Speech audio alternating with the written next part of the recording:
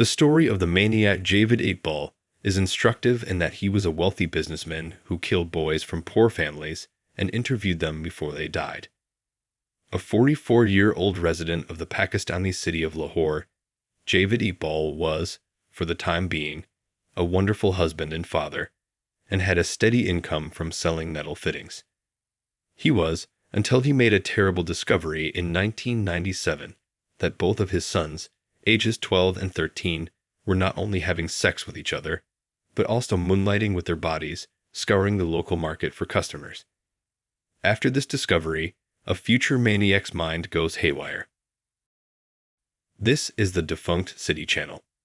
Subscribe to our channel and don't forget to click on the bell so as not to miss new episodes and stay up to date. The Pakistani maniac Javed Iqbal became famous not only for the brutality of his crimes and the huge number of victims, but also for the confession of the sentencing judge that the penalties available in the penal code were not enough to avenge the criminal for all his atrocities. This crime story took place in Lahore, Pakistan's second-largest city. On the morning of December 12, 1929, an officer on duty at the police headquarters began going through the mail that was delivered. When he opened one of the envelopes, he read the message and was taken aback.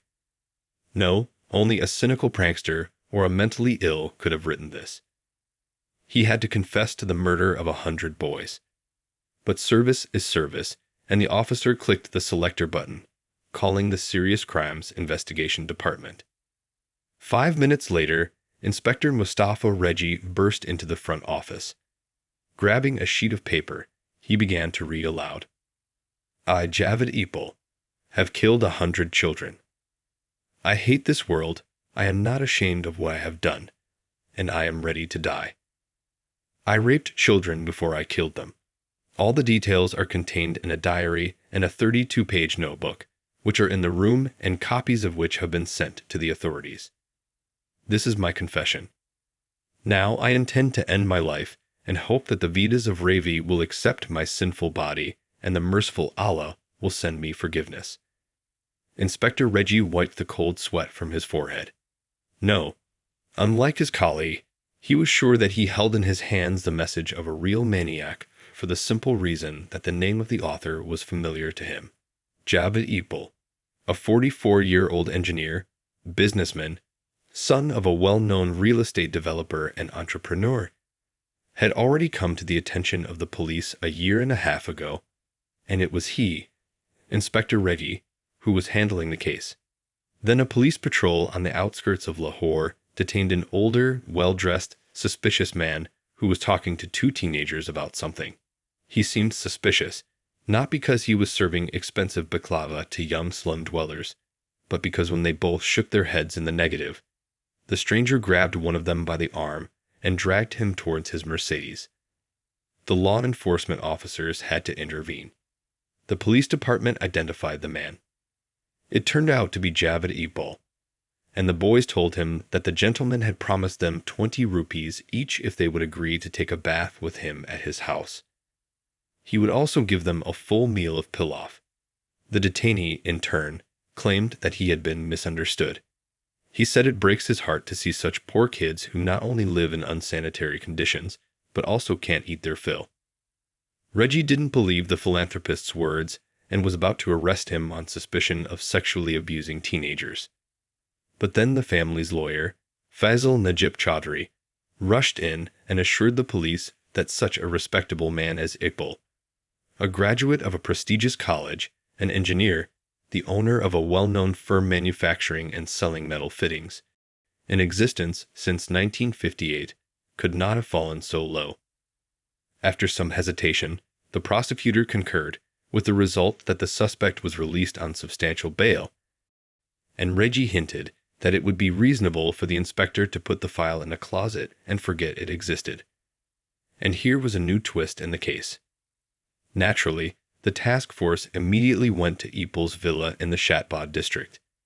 The owner was not found there, but they found that the pedophile and child killer lived in the same house with 3 teenage boys, who looked at the uninvited guests like hunted wolf cubs. Law enforcement authorities suspected that the teenagers, ages 13, 15, and 17, were Iqbal's accomplices, so the three boys, who were publicly identified only by their last names, were charged with the crimes and brought to trial in February of 2000.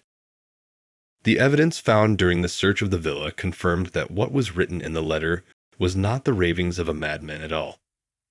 Numerous traces of blood on the walls of the basement and on a huge cutting board on which the killer dismembered the corpses of the boys, a metal chain, barrels of hydrochloric acid in which later experts would find not fully dissolved human remains, photographs of corpses, as well as a set of huge knives from the arsenal of professional butchers, collections of shoes and clothes, deprived of life to maniac victims.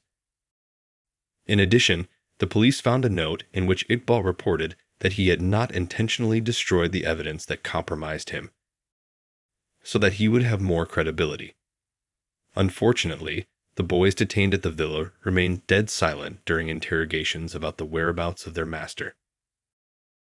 But it is likely that they were simply unaware of his plans. So first a net sweep of the Ravi River was organized. But the body of the alleged suicide bomber could not be found. In the meantime, Inspector Reggie and his colleagues delved into the diary of the maniac. The revelations contained their shocked even the wolf-wielding police officer. From the beginning of the investigation, all documents on the case were classified. However, Iqbal managed to send a photocopy of his diary to the editorial office of the Lahore Daily Journal. For ethical reasons, we can quote only excerpts from this terrible opus.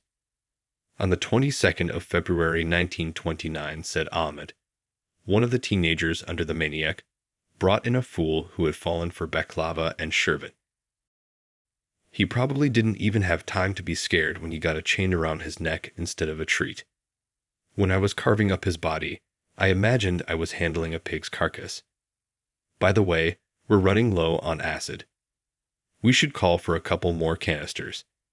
Apparently, we should think of another way to dispose of the remains. A neighbor came by yesterday and asked me why there was a strange smell coming from my property. Maybe I should just sneak the pieces into the river without chemical treatment. However, it only cost me $2.40 to dispose of one corpse. And then the strangeness began. Javed Iqbal, who had been wanted by the police for nearly a month, suddenly turned up at the Daily Journal on December 30th, 1999, and told the staff that he had come here to turn himself in because he did not trust the police, who would take his life if arrested. Iqbal also behaved quite strangely during interrogations before and during the trial. Sometimes he claimed that he could take the lives of 500 children if he wanted to avenge the shame he suffered after his first arrest and the charge of sexual abuse. He claimed that he had nothing to do with the murders and invented the whole story to draw public attention to the escape of children from poor families, and that the police had beaten him to confess to the deprivation of life during the investigation. However, the judge did not appreciate these metamorphoses of the defendant and sentenced Iqbal and his associate Said Ahmed to the capital punishment of hanging. We should like to explain that in Pakistan, the death penalty is applied to juveniles who commit serious crimes. And after sentencing, the judge added, if it were up to me, Iqbal should first have been strangled in front of the parents of the children he had killed, then dismembered into 100 pieces and dissolved in acid. The sentence was not to be carried out. On the morning of October 8, 2001, Iqbal and his accomplice Sajid Ahmad committed suicide in Lahore prison by drinking poison. What was done with their bodies was not reported. Mahmud Nadim was found guilty of 13 murders and sentenced to 14 years for each murder, a total of 182 years. The youngest, Mahmud Saber, will sit in prison for 63 years.